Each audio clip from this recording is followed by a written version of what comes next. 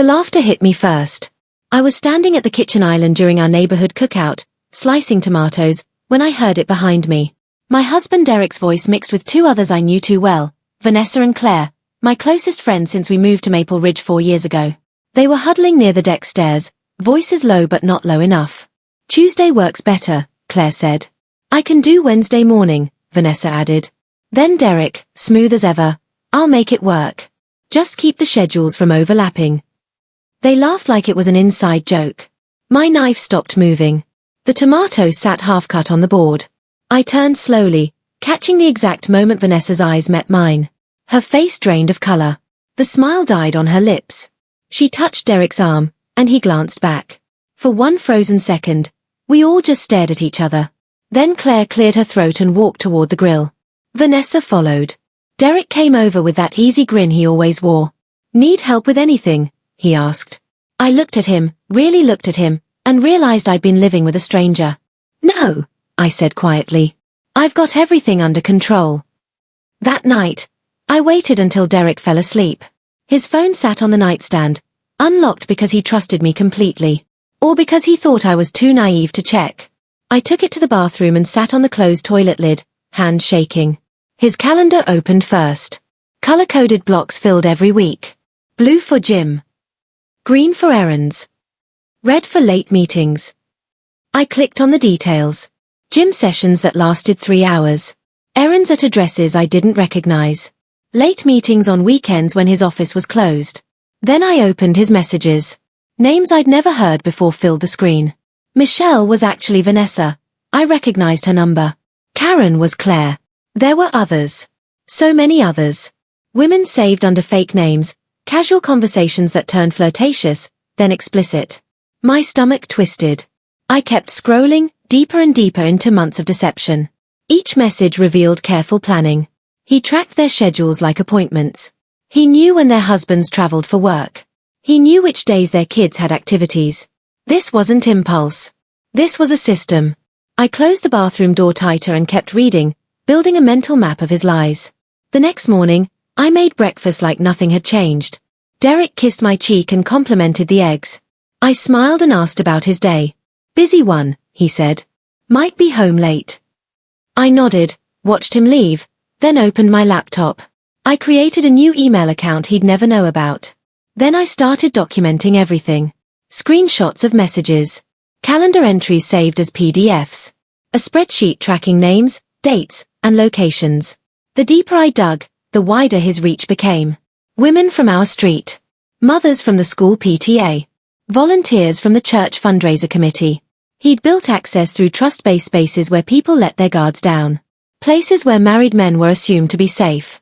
One name appeared repeatedly, Brenda. Her messages were different, longer, more familiar. I cross-referenced her number with our neighborhood directory. Brenda Hutchins. She lived 4 houses down. I'd borrowed sugar from her twice. Her daughter played with our son. My hands clenched into fists. This wasn't just betrayal. This was invasion. He turned our entire community into his personal playground, and no one knew they were all connected to the same man. I didn't confront him. Not yet. Instead, I played the role I'd been cast in, the oblivious wife. I smiled at neighborhood gatherings. I asked about his day. I pretended his late nights made sense. And Derek relaxed.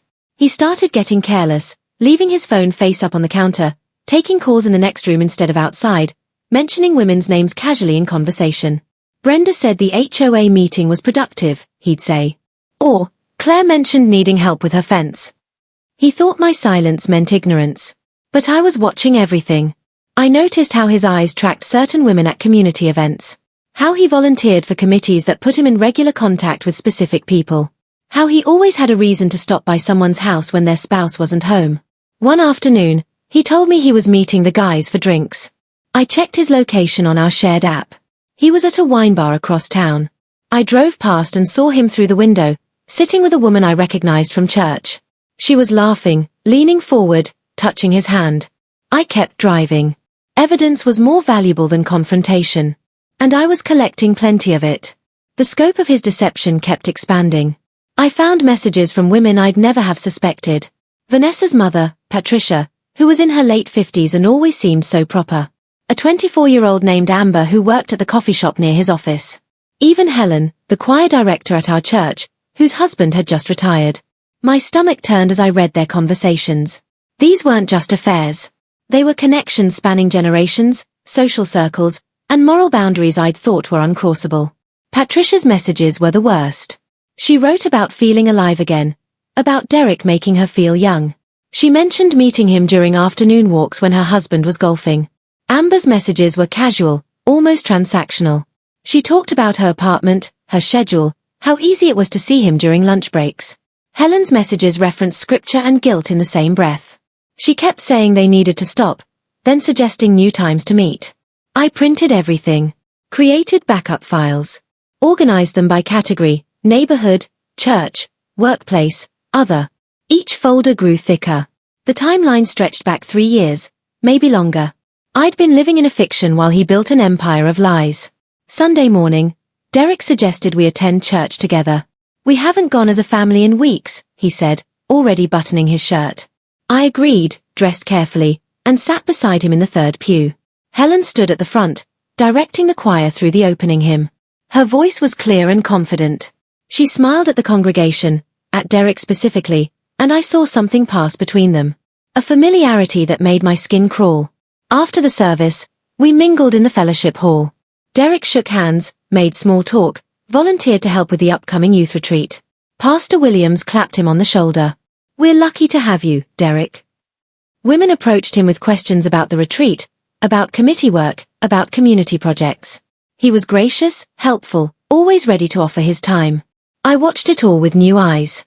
This was his hunting ground. The church wasn't sacred to him. It was access. He'd weaponized trust, twisted faith-based spaces into opportunities. These women believed in honor and commitment. They preached it from committees and Bible studies. And behind closed doors, they were part of his rotation. I stopped feeling embarrassed. The shame that had been building in my chest shifted into something colder, sharper. Anger. Pure and focused. Monday, I drove to Derek's office downtown. I'd never visited unannounced before, but today I had a reason. I told the receptionist I wanted to surprise him with lunch. She smiled and directed me to the third floor. I walked slowly through the halls, observing. The secretary at the front desk, Monica, greeted me politely, but her eyes flickered with something I couldn't name. Recognition, maybe. Or guilt. I'd seen her name in Derek's messages. Casual exchanges about meeting times, late nights covered by inventory checks. She'd been his alibi more than once. I didn't confront her. I just smiled and thanked her for keeping an eye on my hard-working husband. Her face paled slightly. I found Derek in his office, on the phone. He looked surprised to see me but recovered quickly, ending his call and standing to kiss my cheek. What a nice surprise, he said. I handed him the sandwich I'd brought and glanced around. Photos of us on his desk. Awards on the wall. Everything looked respectable. But I'd read the emails. I knew about the work-wife dynamic with his project manager, Lauren. I knew about late nights that weren't about deadlines. I stayed 15 minutes, then left. On my way out, I noticed how people watched me. Conversations paused. Eyes followed. They knew something. And soon, everyone would. Derek's reputation was spotless. In public, he was the guy everyone wanted around. He helped neighbors move furniture. He organized block parties. He fixed things without being asked. People called him reliable, charming, the kind of man you could count on. But privately, he was everywhere he shouldn't be. I started paying attention to how people reacted to him. Certain women lit up when he entered a room.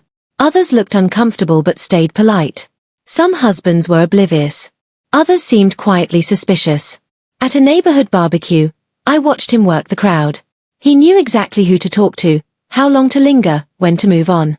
He made everyone feel special. That was his skill. Making people believe they were the only one. I overheard 2 women talking near the dessert table. Derek fixed my back gate last week, one said.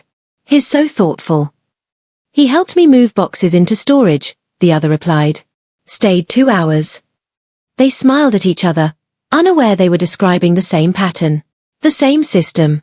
I realized then that exposure wouldn't just shock our neighborhood. It would shatter the illusion dozens of people were living under. And that made it even more necessary. I spent weeks building files. Each woman had her own folder. Dates, times, screenshots, locations. I cross-referenced calendars, matched messages to events, verified everything twice. The timeline was damning. 3 years of systematic deception across multiple circles. Neighborhood affairs overlapping with workplace indiscretions. Church connections running parallel to casual hookups. Joint funds paid for gifts I'd never seen. Dinners I wasn't invited to. Hotel rooms booked under his name. Thank you gestures disguised as generosity. I contacted a lawyer discreetly. She reviewed everything and confirmed what I suspected. This wasn't just infidelity. It was financial misconduct, misuse of shared assets, behavior that would matter in court. She told me to keep documenting. To stay calm. To prepare for the long game. So I did. I organized everything meticulously. Created backups in 3 locations. Prepared timelines that anyone could follow. This wasn't about revenge.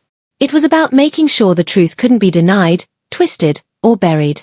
Derek thought he was untouchable. That his charm and careful planning made him invisible. He had no idea I was building a case that would follow him everywhere he'd ever been. One evening, Vanessa called me. Her voice was shaky, uncertain. "Can we talk?" she asked. I agreed to meet her for coffee the next day. We sat outside at a small cafe, and she looked everywhere except at me. "I need to tell you something," she started. I waited. She stumbled through a confession. How it started innocently. How Derek made her feel seen. How she didn't mean for it to go so far. She cried. Apologized. Said she ended it weeks ago. I listened without interrupting. When she finished, I asked one question. "Do you know about Claire?" Her face froze. "What?" "Claire," I repeated. "Do you know he's been seeing her too?" Vanessa went pale. She shook her head slowly, like the pieces were finally connecting. "And Patricia," I added. "And Brenda. And at least 7 others I've confirmed." She stared at me, mouth open, unable to speak. I leaned forward. "You weren't special, Vanessa. You were scheduled." I left her sitting there, coffee untouched, face streaked with tears. I didn't feel guilty. She'd made her choice. But now she had information. And information spreads. The whispers started slowly. I didn't have to say much. Once Vanessa knew the truth, she started asking questions. Quietly, carefully, she mentioned Derek's name in conversations with other women. "Has he ever helped you with anything?" she'd ask. Or, "Did he volunteer for that committee too?" Women compared notes without realizing what they were doing. Someone mentioned meeting him for coffee. Another talked about him stopping by when her husband was traveling. A third described a text exchange that felt a little too friendly. At a PTA meeting, I watched it happen in real time. 4 women stood in a circle, talking casually. Then someone said, "Wait, your husband travels Tuesdays?" "That's when Derek helped me move furniture." Another woman frowned. "He told me Tuesdays were his late gym nights." Silence fell. Eyes darted between faces. One woman pulled out her phone, scrolling through messages. "Oh my God," she whispered. I didn't insert myself into the conversation. I just watched as realization spread like wildfire. They were all describing the same man. The same schedule. The same lies. By the end of the meeting, the room had shifted. Women who trusted him now looked at each other with suspicion and dawning horror. And Derek had no idea it was happening.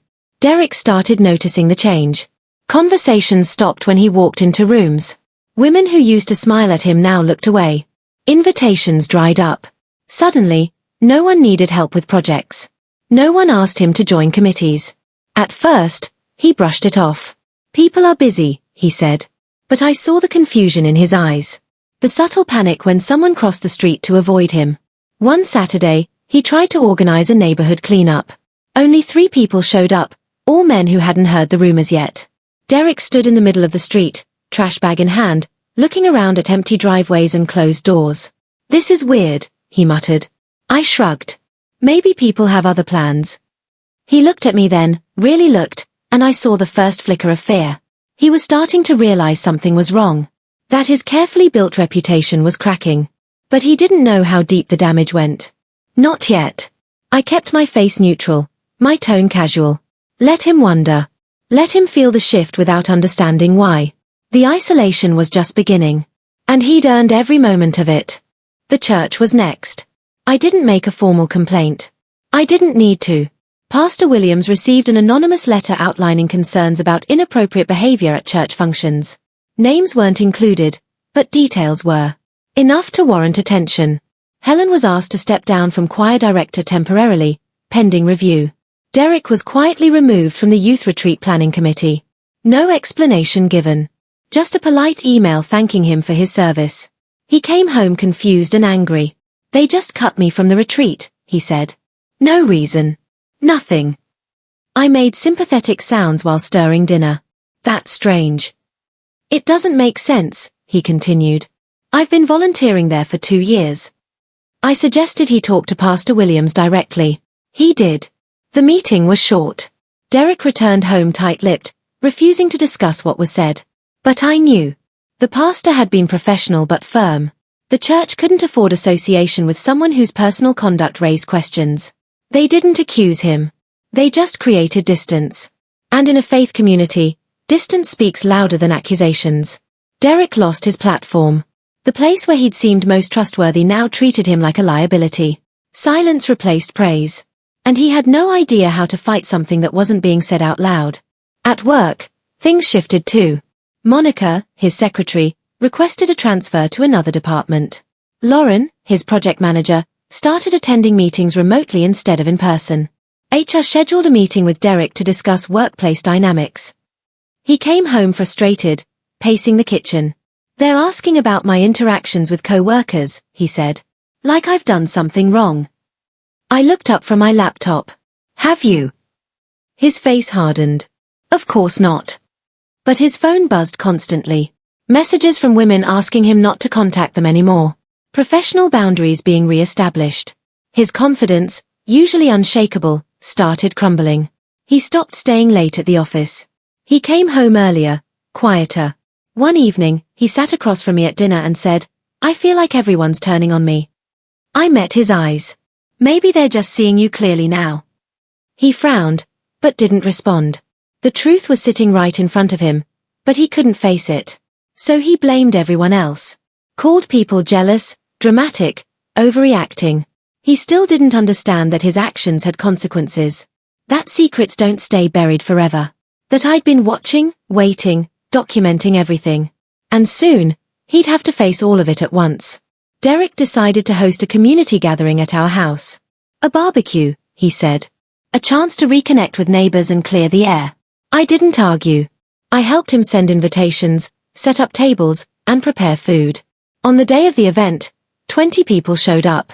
More than I expected, but less than he hoped for. Derek moved through the crowd, trying to reclaim his old charm. But something was different. People were polite but distant. Conversations stayed surface level. No one lingered. I watched from the kitchen window as he worked harder than I'd ever seen him work.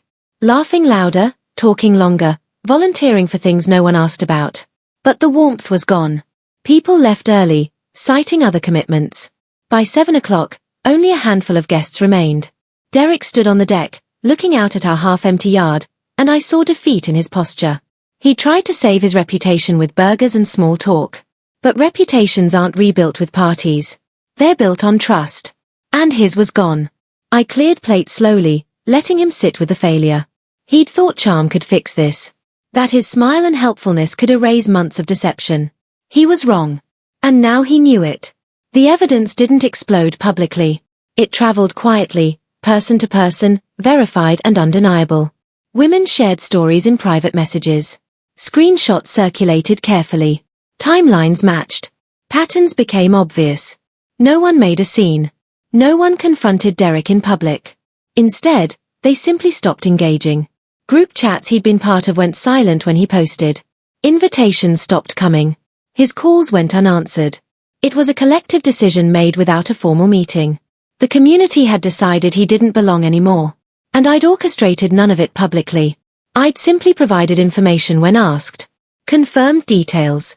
Shared what I knew. The rest happened organically. People protected themselves. They warned each other.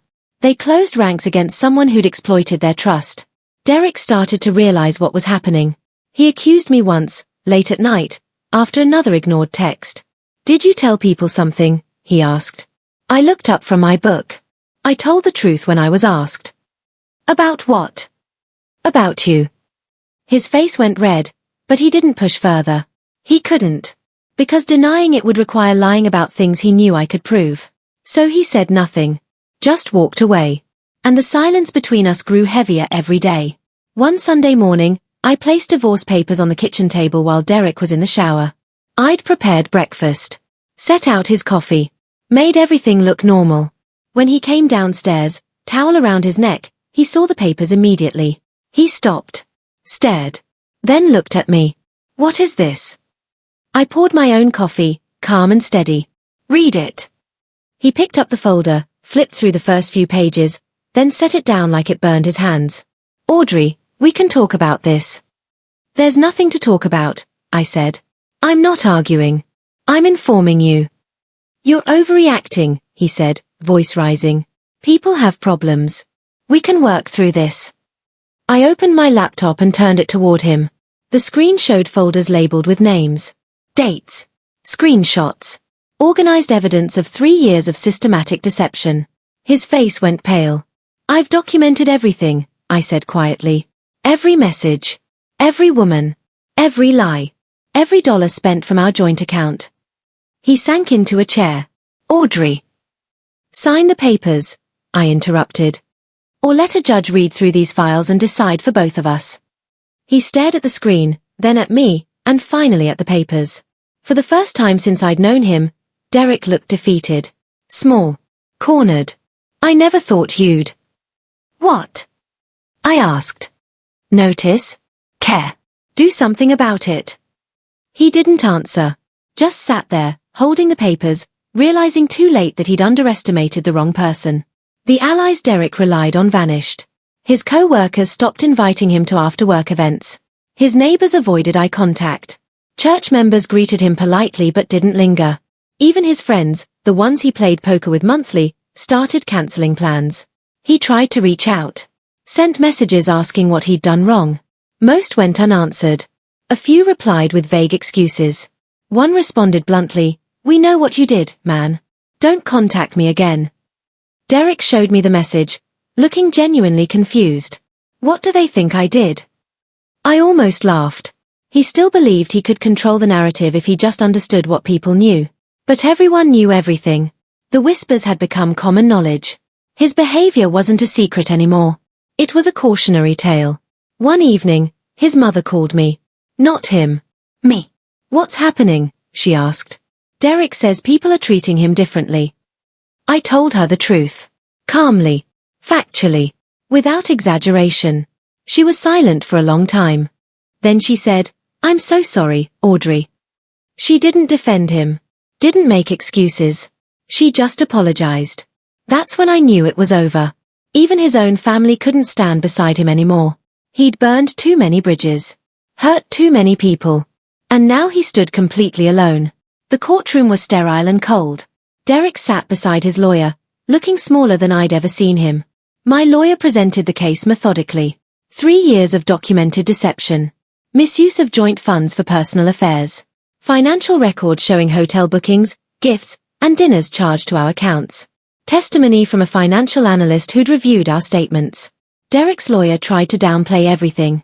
Called it personal issues that shouldn't affect the settlement. But the judge wasn't sympathetic. She reviewed the evidence carefully, asked pointed questions, and requested expanded documentation on the financial claims. Derek's face grew redder with each question. His lawyer whispered urgently, trying to prepare him for the reality that this wasn't going to end in his favor. When the judge asked if Derek disputed any of the documented evidence, he stayed silent. His lawyer shook his head. "No, Your Honor." The hearing lasted 3 hours. By the end, Derek looked defeated. The judge scheduled a follow-up session to finalize asset division and determine compensation for financial misconduct. As we left the courtroom, Derek tried to approach me. "Audrey, please." I kept walking. There was nothing left to say. He'd had years to make different choices. Now he had to live with the ones he made. The final judgment came 6 weeks later. I was awarded the house, the majority of our shared assets, and financial compensation for the misuse of joint funds. Derek's lawyer argued for leniency, but the documentation was too thorough. The pattern too clear. The judge ruled decisively. Derek kept his car and his personal retirement account. Everything else came to me. He stood when the ruling was read, like he wanted to object, but his lawyer pulled him back down. It was over. Professionally, his reputation collapsed. Word spread through his industry. Colleagues distanced themselves. Projects he'd been leading were reassigned. His company didn't fire him outright, but they moved him to a different department with less visibility and fewer responsibilities. He became the guy people avoided at meetings. The one whose name came up in hushed conversations about ethics and boundaries. His social media went quiet. The posts that used to show him volunteering, attending events, and smiling with neighbors disappeared. He deleted most of them. Whether out of shame or strategy, I didn't know. And I didn't care. I was already rebuilding my life without him. Lighter. Clearer. Stronger. The weight I'd carried for 3 years was finally gone. And it felt like breathing after being underwater too long. Derek tried one last time to control the narrative. He posted a vague message online about going through a difficult time and people believing rumors instead of truth. It was carefully worded, designed to make him look like the victim. Within hours, responses appeared. Not angry rants. Just quiet corrections. Someone posted, "Truth isn't a rumor." Another wrote, "Actions have consequences." A third simply said, "We know." No one attacked him directly. They didn't need to. The collective response was clear. No one believed his version anymore. By evening, Derek deleted the post. Then another. Then his entire social media presence went dark. He tried to spin the story and been shut down by the very people he deceived. There was no redemption arc for him. No second chances from people who'd already given him too many. He'd lost control of his image, his reputation, his relationships. Everything he'd built through charm and manipulation was gone. And he'd done it to himself. I didn't celebrate. I just felt relief. Relief that I'd stopped protecting him. Relief that the truth was out. Relief that I'd finally chosen myself over his comfort. That was the real victory. Not his downfall. My freedom. Life became quieter after the divorce. I rebuilt slowly, deliberately, without noise. New routines replaced old ones. I joined a book club with women who didn't know Derek. I started volunteering at a different organization. I focused on my own work, my own interests, my own peace. People asked how I was doing. I told them honestly, better. Some neighbors apologized for not seeing the signs sooner. I didn't need their apologies. They'd done nothing wrong. Others thanked me for speaking up. For stopping the pattern. For protecting people who might have been next. I accepted their gratitude but didn't dwell on it. This hadn't been about heroism. It had been about refusing to carry someone else's damage anymore. Derek moved to an apartment across town. I heard updates occasionally. He'd changed jobs. Kept to himself. Stayed off social media. I didn't follow his life. Didn't check on him. Didn't wonder if he'd changed. That wasn't my responsibility anymore. I'd set boundaries, enforced them, and walked away. That was enough. One afternoon, I ran into Vanessa at the grocery store. She looked uncomfortable but approached me anyway. "Thank you," she said quietly. I nodded. We didn't become friends again. Some things can't be repaired. But we could coexist. And that was enough too. 6 months after everything ended, Derek asked to meet me for coffee. I almost declined. But curiosity won. We sat outside at the same cafe where I'd confronted Vanessa months earlier. He looked different. Tired. Older. The confidence that used to define him was gone. "I wanted to apologize," he said. I waited. "I didn't think you'd actually." He trailed off. "Do anything about it." I finished. He nodded. "You always seemed okay with how things were." I leaned back. I was never okay with it. I just didn't know how bad it was until I looked. He stared at his coffee. "I never thought you'd be capable of this." "Capable of what?" I asked, standing up for myself. He winced. "Of all of it. The planning. The evidence. The way you dismantled everything." I looked at him carefully. "You built your life on other people's silence." I just stopped being silent. He didn't respond. After a long pause, I stood. "I hope you figure out who you want to be. But I'm not part of that process." He looked up. "I really am sorry." "I know," I said. "But sorry doesn't undo 3 years." I left him sitting there, and this time, I didn't look back. Weeks later, I was at a neighborhood gathering. Not the old neighborhood. I'd moved to a quieter street across town, but a new community event. Someone mentioned Derek's name. He used to live around here, they said. Had some kind of scandal. Another person nodded. I heard about that. Really messy situation. They didn't know I was his ex-wife. I didn't tell them. I just listened as they discussed him like a cautionary tale. He seemed so normal, someone said. That's what makes it scary, another replied. You never really know people. I excused myself and walked to my car, feeling strangely calm. Derek had become a warning. A story whispered across spaces he once dominated. Not because I'd destroyed him, but because his own actions had finally caught up to him. I didn't outsmart him. I outlasted his lies. I refused to protect someone who never protected me. That was the truth. Simple. Clear. Undeniable. And as I drove home to my quiet, peaceful life, I realized I didn't need closure from him. I'd already found it in myself. The moment I decided I was worth more than his deception, everything changed. Not for him. For me. And that was the only victory that mattered. Derek became a lesson I didn't have to teach. His name surfaced occasionally in conversations about trust, boundaries, and consequences. People who'd known him warned others. Watch out for the charming ones, they'd say. The ones everyone loves. His legacy wasn't the community involvement or the volunteering. It was the reminder that appearances deceive. That charm isn't character. That silence protects the wrong people. I moved forward completely. Built a life rooted in honesty and clarity. Surrounded myself with people who respected boundaries. Learned to trust my instincts instead of ignoring them. Sometimes people asked if I regretted how things ended. If I wished I'd handled it differently. I never did. I'd made the only choice that honored my worth. The choice to stop absorbing damage for someone else's comfort. Derek's silly legacy didn't go unpunished. It went exactly where it belonged, into the past, documented and undeniable, a cautionary tale for anyone who thought betrayal could stay hidden forever. I didn't expose him. I stopped protecting him. And that made all the difference. I became the woman who chose herself. And I never looked back.